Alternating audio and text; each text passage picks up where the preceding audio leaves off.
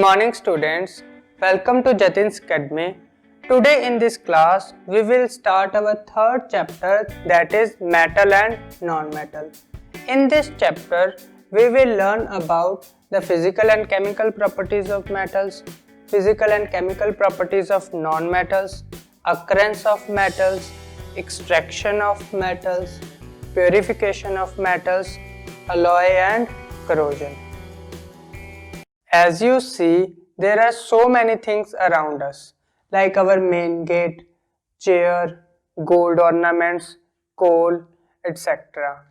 All these things are either metal or non-metal. Then how we classify that these things are metal or non-metal? So before classify into metals or non-metals, first of all we should know the physical properties of metal and non-metals. Let's start a first physical property of metal and non-metal, that is state. We know that there are three states of matter, usually solid, liquid and gaseous. Metals are solid in state. For example, zinc metal, iron metal, sodium, potassium, all are solid. But there is one metal which is liquid at room temperature, and that is mercury. So mercury is an exception in all metals. And on the other side, non-metals are solid and gaseous in state. For example, solid non-metals are carbon, iodine, and on the other side gaseous are nitrogen, oxygen gas. There is one non-metal which is liquid at room temperature, that is bromine. So exceptions are very important from the exam point of view. Our second physical property is hardness. Usually metals are hard in nature except sodium, lithium and potassium, which are soft and can be cut with a knife. On the other side, non-metals are soft in nature except diamond. We know diamond is the hardest substance on the nature. Our third point is luster. Now what is the meaning of luster? Luster means shiny surface. The metals have usually shining surface, so metals are lustrous in nature. On the other side, non-metals have dull surface, so non-metals are non-lustrous in nature. But there is one exception, that is iodine. Iodine is lustrous in nature. Our fourth point is density. Now what is density? Let it understand with an example.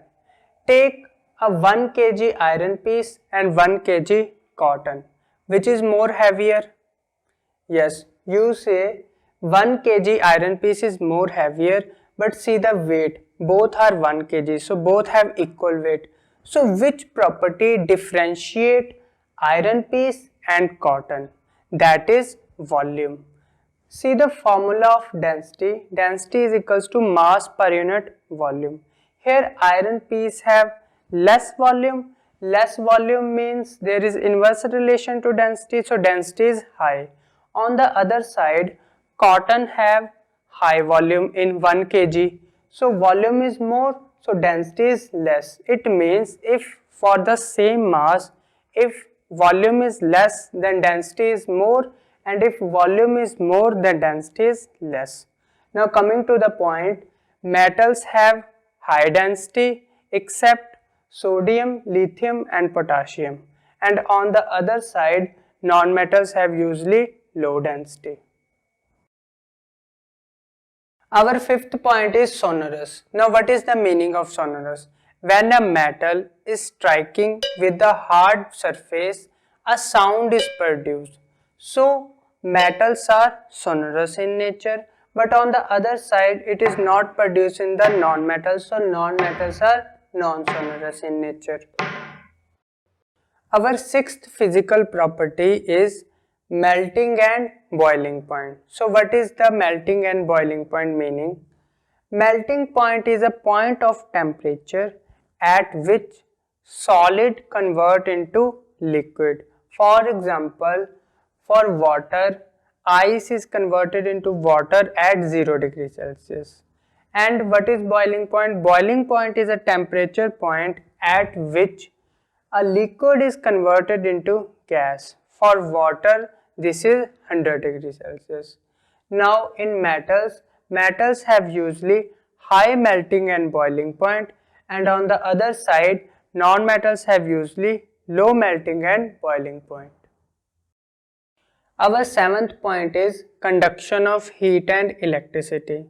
Now what is the meaning of conduction? If we give heat at one part of the object, it will automatically transfer from hotter part to colder part, that is other part, by transferring of heat, and this is called conduction. This is same with the electricity. So metals are usually good conductors. The examples of best conductors are called silver and copper, where poor conductors are mercury and lead. On the other side, non-metals are poor conductor of heat and electricity except graphite. Our eighth property is malleability. So what is the meaning of malleability?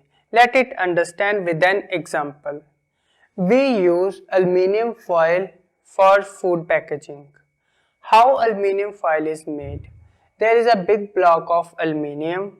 We start hammering the aluminium metal. After hammering, we get a foil which we used daily.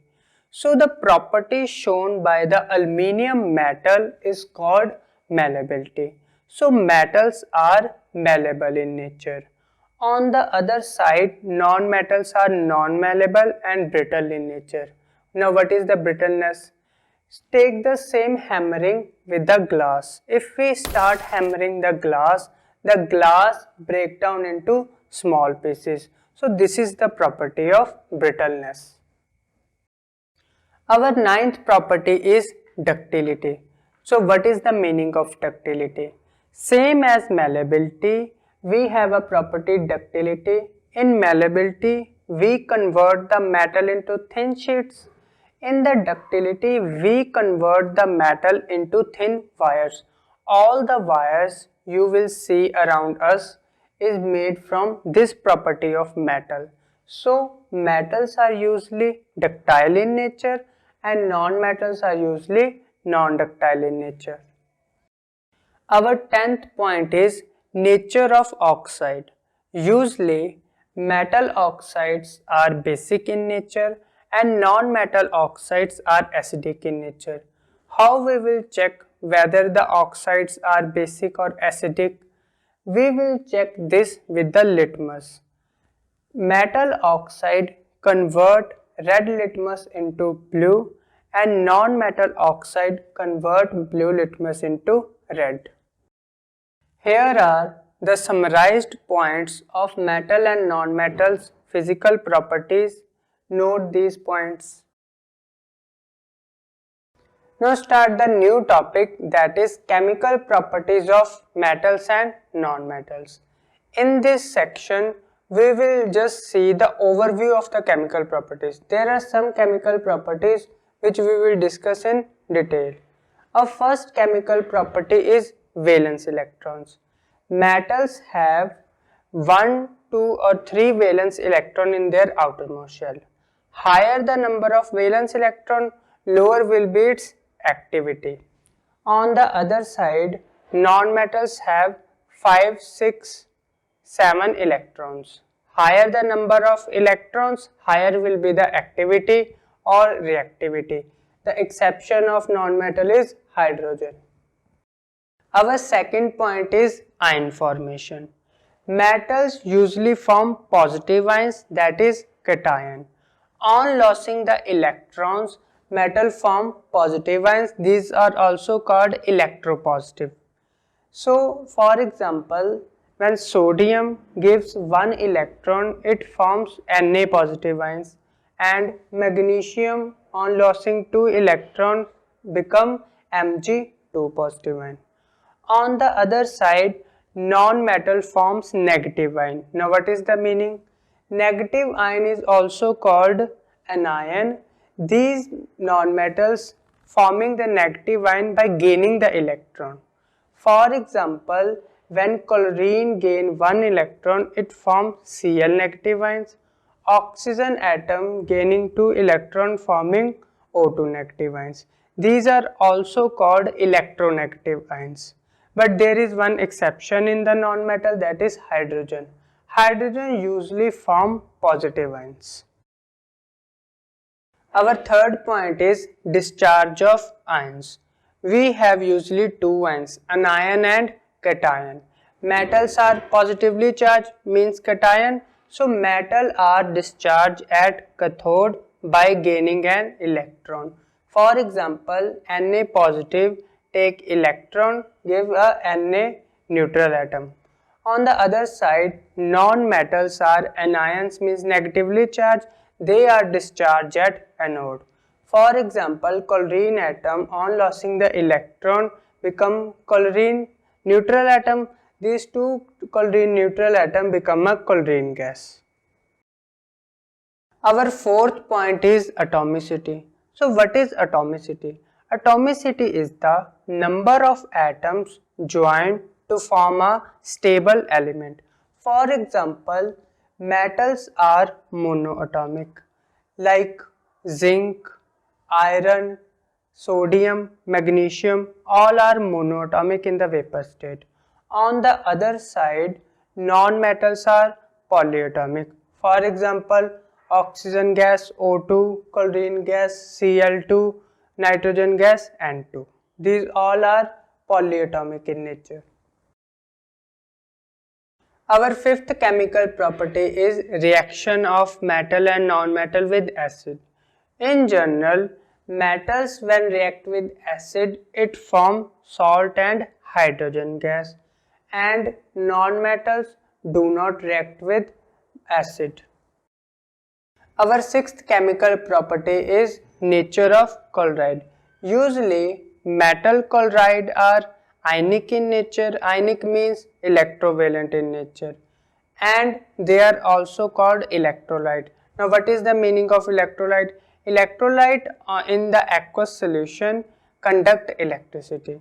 On the other side, non-metals are covalent bonded, plus these are non-electrolyte. Our seventh point is oxidizing and reducing property. Usually metal on ionization loss electron. So metals are strong reducing agent. For example, sodium when losing electron it become Na positive.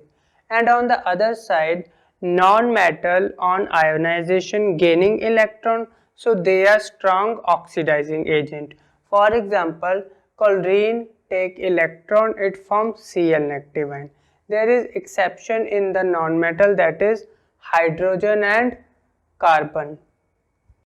For detail of the oxidizing agent and reducing agent, I have made a video. You can get the link from the description box. Our eighth point is formation of hydrates. Usually metal do not form hydrates. If one or two metal form hydrates, they are quite unstable. For example, sodium hydrate, calcium hydrate, they are unstable in nature. But on the other side, non-metal hydrates are quite stable. For example, methane, CH4, water, H2O. These are the hydrates which are stable in nature. Now I am going to explain the chemical reaction in detail. Our first chemical reaction is reaction of metal with oxygen, means oxidation of metal. In this reaction, we will study what happened when metal reacts with oxygen, which metal react fast with oxygen and which metal react slow with oxygen. Sodium and potassium react very fast with oxygen to form metallic oxide. So that's why we put these metal in a kerosene oil, because in the environment we have 21% of oxygen. So it react with oxygen and form metal oxide, and they react with a burn. So these are exothermic reaction also. So we put these metal in a kerosene oil. On the other side, magnesium and zinc react with oxygen, but on heating, we have to heat the metal. Then we get their metal oxide. On third stage, iron, copper react with oxygen, but on prolonged heating. And fourth stage, silver and platinum don't even react with oxygen even at high temperature. So this is the series we get from these reactions. As we have prepared the metal oxide, we know the metal oxide and metal hydroxide are basic in nature, and we also have done the neutralization reaction in which when acid react with base it forms salt and water. Now in order to check whether these are basic or not, we will mix it with acid. If we get salt and water, this proves that these are basic, and after the result we get the same. We get salt and water. It means metallic oxides are basic in nature. But one thing is different, which we have seen, that aluminium oxide and zinc oxide when react with base, it forms salt and water again. It means aluminium oxide and zinc oxide acting both as base and acid. So the metallic oxide which acting as a base or a acid, these oxides are called amphoteric oxide. Our second chemical reaction is reaction of metal with water. Metal when react with water, it forms metallic oxide and hydrogen gas. This metallic oxide further react with water, it forms metallic hydroxide. Note here one thing, that if the water is not in excess, then the reaction stops at the first part, and if the water is excess, then the reaction continues. Now if the water is excess, the whole result is like this: when metal react with water, it forms metallic hydroxide and hydrogen gas. This hydrogen gas we will check from the pop sound test. These are the metals which are react with water differently. The first elements have react fastly with metal, and the last element react slowly or not even react with water. From this reactivity series, note one thing, that potassium, sodium and calcium react with cold water, magnesium react with hot water, and iron react with steam only. And on the other side, gold and platinum not react with any form of water. Now coming to the third chemical reaction is when metal react with acid. When metal react with acid, it forms salt and hydrogen gas. This hydrogen gas is released only when the acid is non-oxidizing. For example, HCl and H2SO4, that is hydrochloric and sulfuric acid, is non-oxidizing acids. But on the other side, if the acid is oxidizing, means HNO3. So when metal react with oxidizing acid, it forms salt and water. Why? Because the hydrogen is oxidized to water by this oxidizing agent. Different metals react with different rate of acid, like sodium and potassium react with acid to form hydrogen gas very fast, but on the other side, iron react with acid to form the hydrogen gas very slow. There are some metals which even not react with acid, like gold and platinum. Usually all metals are dissolved in acid, but gold and silver is not dissolved in acid. So scientists make a solution of acid in which there is a 3 part of HCl and 1 part of HNO3, and the mixture is called aqua regia. So aqua regia is a mixture in which the noble elements, metals like gold and platinum, dissolve in it. Our fourth chemical reaction is when metal react with the metal solution of other metal. For example, when metal A react with solution of metal B, it forms solution of metal A and metal B. This is nothing but a displacement reaction. I have explained the displacement reaction in chapter 1. The link is in the description. For example, in this reaction, when iron reacts with copper sulfate, it forms iron sulfate and copper. But the reverse is not possible. Like when iron sulfate reacts with copper, it does not form any product, so there is no reaction takes place. Now scientists have made so many experiments on each and every metal and introduced a new series, a series that is called chemical reactivity series, in which the topmost elements, or we can say the topmost metals, are most reactive and at the bottom are least reactive. For example, sodium and potassium are most reactive, means when put in the air it burns or catches fire. But on the other side, noble elements like platinum and gold not react even with HCl. So these are the series.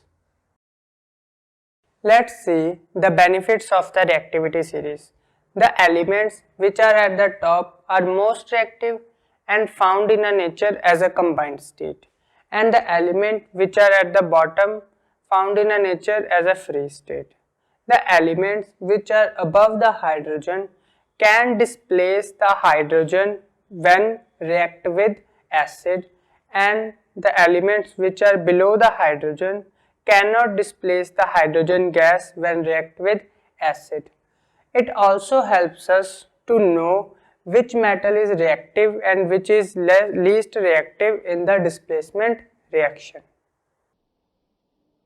Now let's see the new topic, that how metals and non-metals react with each other.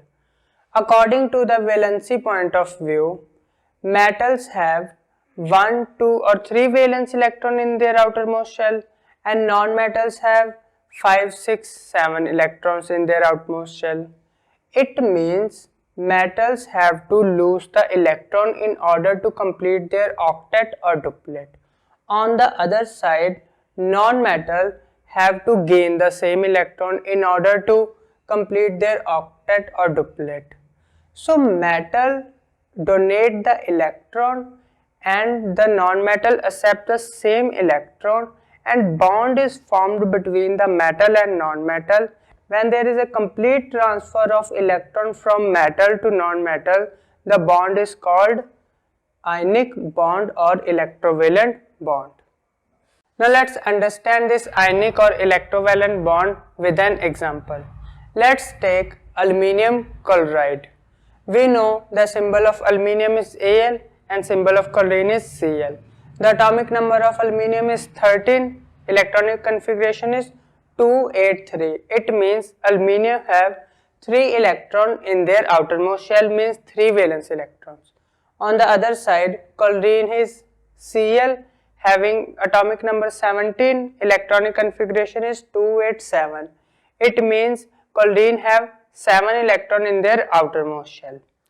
Now aluminium have 3 electrons, so in order to complete its octet, they have to donate 3 electrons and chlorine have to gain 1 electron. Means chlorine only take 1 electron but aluminium have 3 electrons.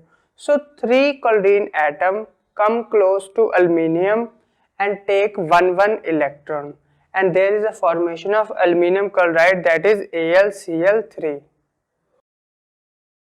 Let's see another example in which there is a calcium oxide. Calcium symbol is Ca, atomic number is 20. So electronic configuration is 2882. So the valence electron are 2 for calcium. On the other side, oxygen is having 8 electrons. 8 electrons means 8 atomic number. So electronic configuration is 2, 6. So valence electron are 6. So in order to complete the octet, calcium have to donate 2 electrons and oxygen have to gain 2 electrons. So both the needs are fulfilled. So calcium donate both these 2 electrons to oxygen, and there is a formation of calcium oxide, that is CaO. In this reaction, only 1 oxygen atom is taken the part. Now let's see the properties of the ionic compound. In order to remember the properties, just remember sodium chloride. Sodium chloride is NaCl and we use in our homes. First property is ionic compound consists of ions, means positive ion and negative ion. Second property is ionic compounds are solid in state. We have seen the sodium chloride that is solid in state. Third is ionic compound when dissolved in water it conduct electricity. Our fourth point is ionic compounds are crystalline in nature. And the last point is ionic compound have high melting and boiling point. Now understand these properties one by one. Our first property is ionic compounds consist of ions. Let's take the example of sodium chloride or magnesium chloride. In sodium chloride, sodium is made from Na positive ions and Cl negative ions, means positive ions and negative ions. Here positive ions are cations and Cl negative ions are anions. On the other side, magnesium chloride, it is made from Mg2 positive ions and Cl negative ions. Here Mg2 positive are cations and Cl negative is an anion. Our second point is ionic compounds are solid in state. We know the three states of matter: solid state, liquid state and gaseous state. In solid state, atoms are closely packed with each other. And same as the ionic compounds are formed by the strong electrostatic force. When they are formed by strong electrostatic force, the atoms come together each other very closely. If they come together each other very closely, then there is a formation of solid. Our third point is ionic compound conduct electricity in aqueous solution. We know pure water does not conduct electricity because there is no free ions.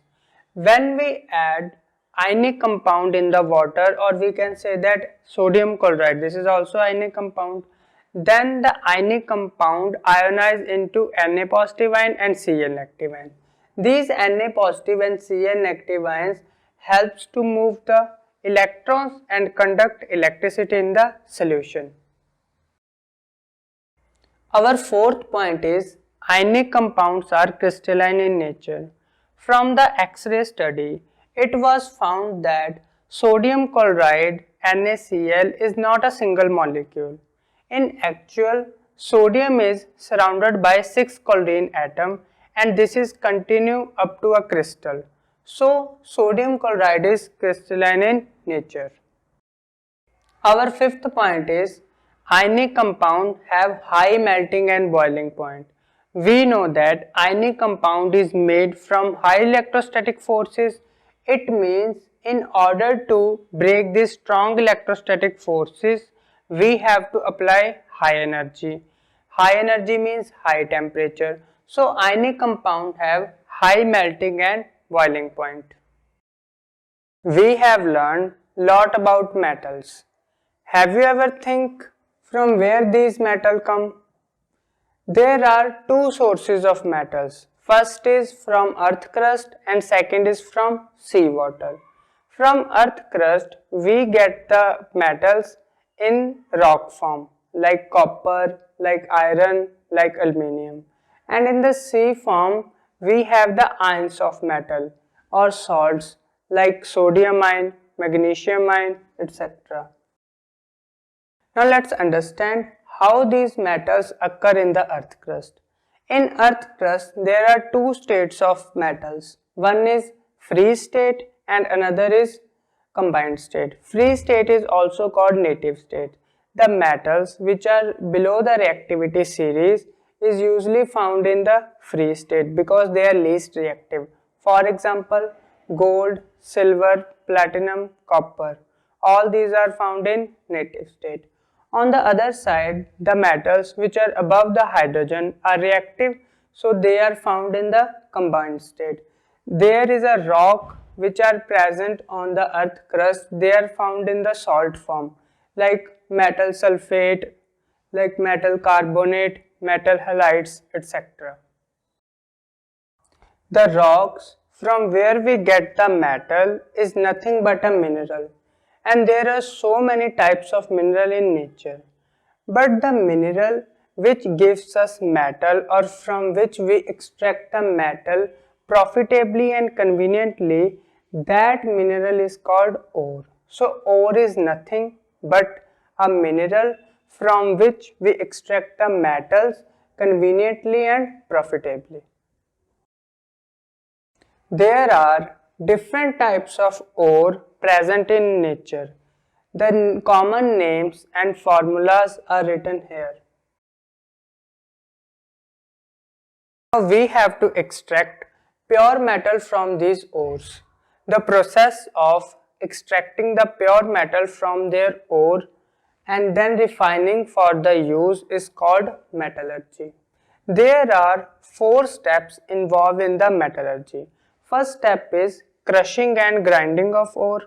Second is enrichment and concentration of ore. Third is extraction of metal from the concentrated ore. And fourth is purification of impure metal. Let's understand these steps one by one. Our first step is crushing and grinding of ore. The ores present in nature are big rocks. So we have to convert these rocks into small pieces by crushing. These small pieces are further divided into fine particles by stamp mill or ball mill. Our second step is enrichment or concentration of ore. There are so many impurities present on the surface of ore like sand, soil or clay. These particles are called gangue. So we have to remove these particles. So the process of removing these particles from the surface of ore, this process is called enrichment or concentration of ore. There are 4 techniques used to remove these impurities. First is hydraulic washing, second is magnetic separation, third is fourth flotation, and fourth is chemical methods. Our third step is extraction of metal from concentrated ore. Now after concentration, we have to extract the pure metals. In order to extract the pure metal, first we convert these ore into oxide ore. Why? Because oxide ores are easily reduced to pure metal by adding a suitable reducing agent. So we have to convert into oxide. There are 2 steps to convert, or we can say that there are 2 methods to convert this ore into oxide. First is calcination and second is roasting. These are nothing but heating of ore. First is in the absence of air and second is in the presence of air. For example, when zinc carbonate is heated, it gives zinc oxide plus carbon dioxide gas. In the roasting, zinc sulfide, when heated in the presence of air, it forms zinc oxide and sulfur dioxide gas. So calcination is for carbonate ores and roasting is for other than carbonates ore. After roasting and calcination, we have made the metal oxide. Now we have to reduce this metal oxide to pure metals. We have categorized the metal into 3 categories. One is low reactivity metal, second is medium and third is high reactivity metals. Now depending upon the reactivity, there are different methods of reduction. Now we will start the first reaction, that is low reactivity of metals. Now let's start the extracting of metals of low reactivity. We know the low reactivities are the metal which are below the hydrogen. Let's take mercuric oxide. Mercuric oxide on heating gives mercury and oxygen. Here note one thing, that the metals which are low in reactivity series, we just heat that metal oxide or ore and we get pure metal. Our second point is in which we are extracting the metals from metal oxide of middle reactivity series. The metals like zinc, iron, manganese, all are lying in the middle of the reactivity series. So we have to reduce this metal oxide into pure metal by adding a suitable reducing agent. These reducing agents are carbon, carbon monoxide and aluminium. Depending upon the type of metal oxide, we are choosing these reducing agent. For example, in case of zinc oxide, we are reducing the zinc oxide with carbon. We get a zinc metal and carbon monoxide gas. This carbon is nothing but a coke. We are heating the zinc oxide with coke. Another example is iron oxide. Iron oxide react with carbon monoxide. We get iron and carbon dioxide gas. In this case, we are heating the iron oxide in the furnace with carbon monoxide gas. Our third example is manganese oxide. Manganese oxide, when react with aluminium, it forms manganese and aluminium oxide. This reaction is also called Thermit reaction. Here note one thing, that aluminium is an expensive metal.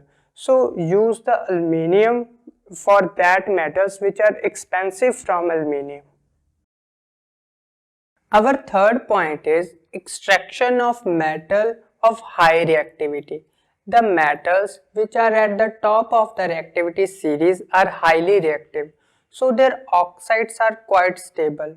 If their oxides are quite stable, so we can't reduce the metal oxide to pure metal by just simply adding a reducing agent like carbon. So we have to adopt another method. What is this another method? This is called reduction by electrolysis. So the process of extracting the metal by electrolysis, this is called electrometallurgy. We have to convert the metal into their chloride form.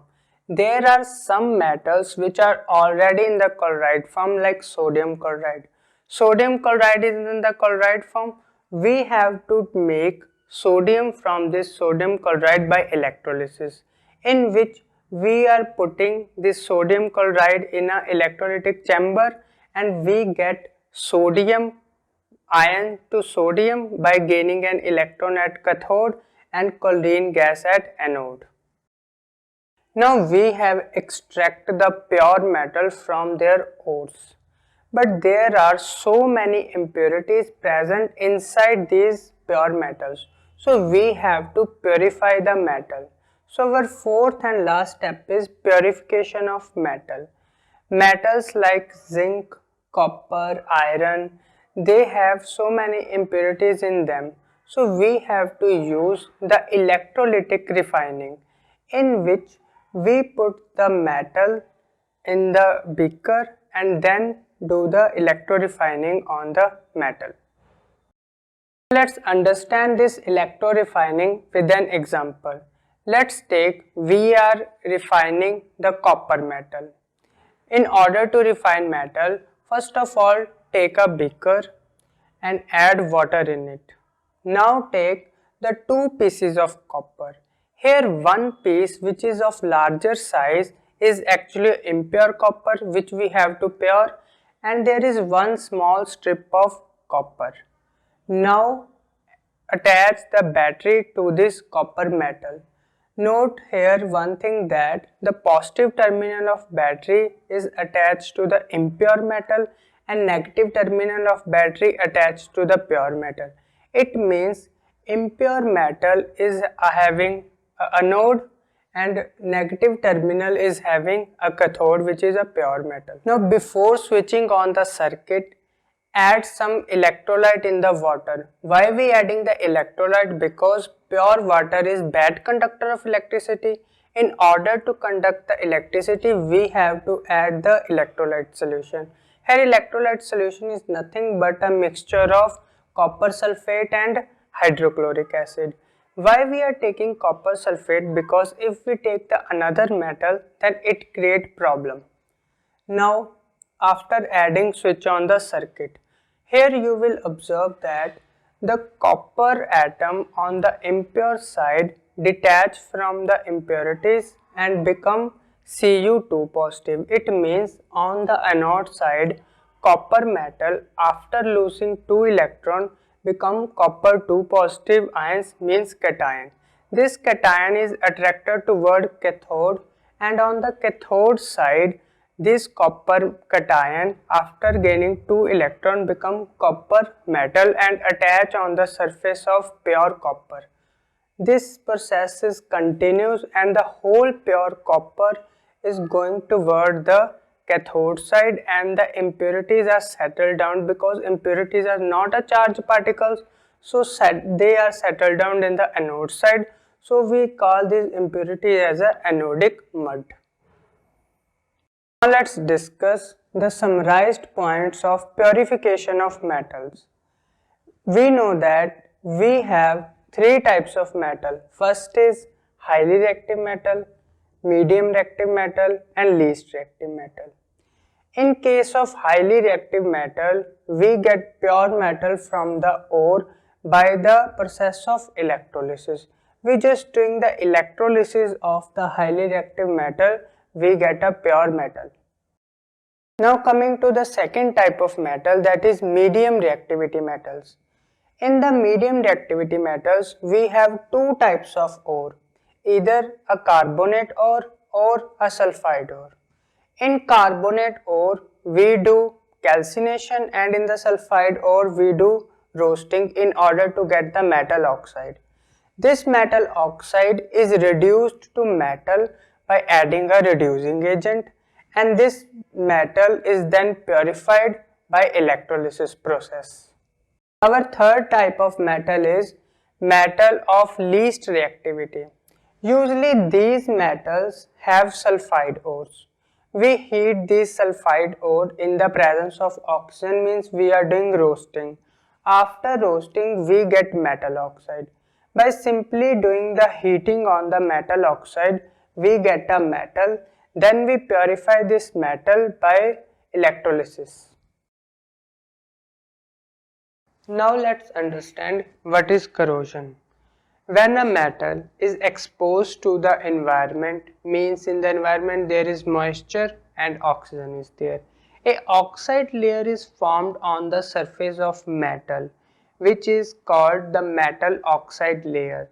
This layer is actually undesirable to some metals and desirable to some metals. So this layer is called corrosion of metal. Usually in case of iron, this oxide layer is undesirable and the metal is corroded and the whole iron piece get damaged due to this corrosion. Now let us understand in which metal corrosion is good and in which metal corrosion is bad. Here taking the example of rusting of iron. Rusting of iron is nothing but corrosion of iron piece. Here take the piece of pure iron. Pure iron is Fe. When it in contact with the environment, means oxygen and water vapor, its surface exposed to oxidation process, means iron oxide is formed on the surface of iron, which is brittle in nature. Due to brittle in nature, the layer of the outer surface shed off. Shed off means now the new iron piece exposed to the environment.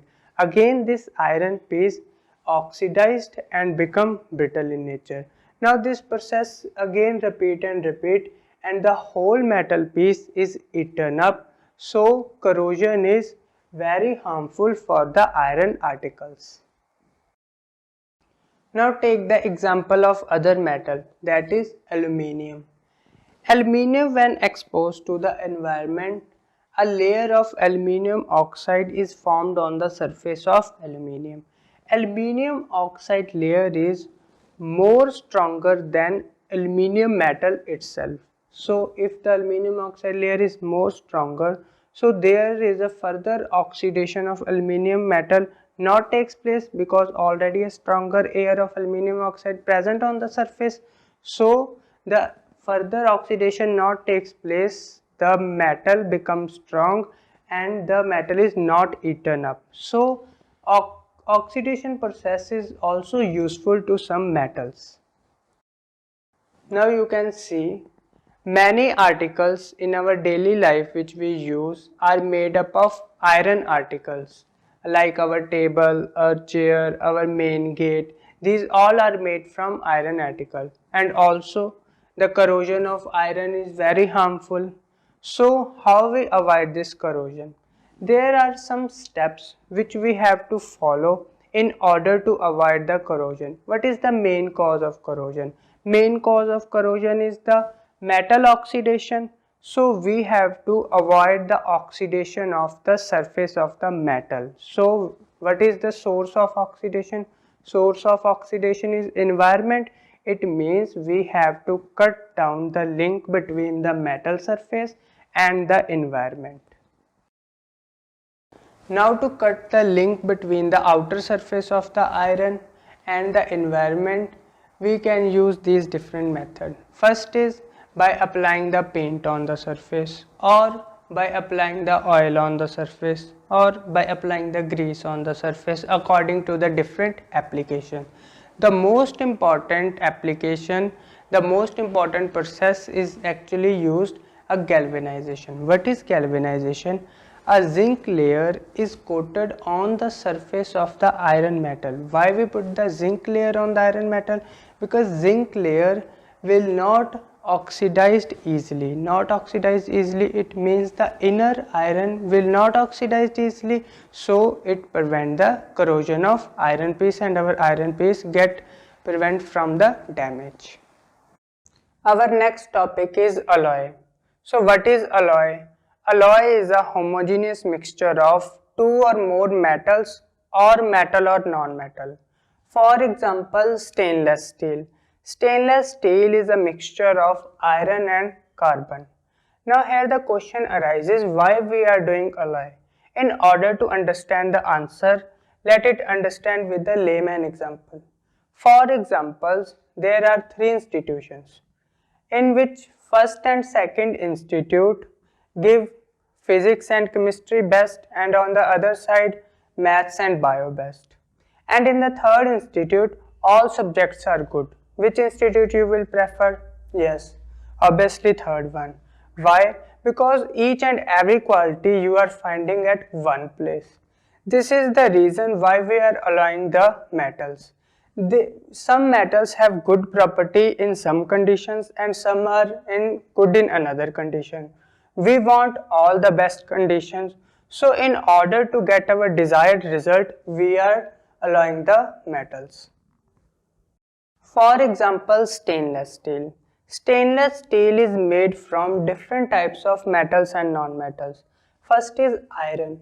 Iron provides electrical conductivity and conductivity to heat, but pure iron is soft.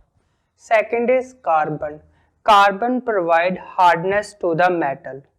Our third metal is nickel. Nickel does not change its length at high temperature. And our fourth point is chromium. Chromium does not corrode the metal easily. So all these properties mix to form the stainless steel. So these stainless steel we are using at home for cooking. Now we understand little bit about the alloying. Now let's see the objective of alloying the metals. Our first point is to increase the strength of the metal from its pure metal. Our second point is to increase the conductivity of metal. Third point is to increase the corrosion resistance. Our fourth point is to decrease the chemical reactivity. And our fifth point is to increase the good castability of metal. Our next topic is amalgam. Amalgam is nothing but a special class of alloy in which metals are alloying with mercury. Here are some uses of amalgam. Here are the tabular form of all the alloys. In this table form, we have the alloy name, their percentage composition and metals, their properties and uses. With this, a third chapter, that is metal and non-metal, is completed. If you have any doubt, ask me in the comment box, and for more updates, press the bell icon. Thank you.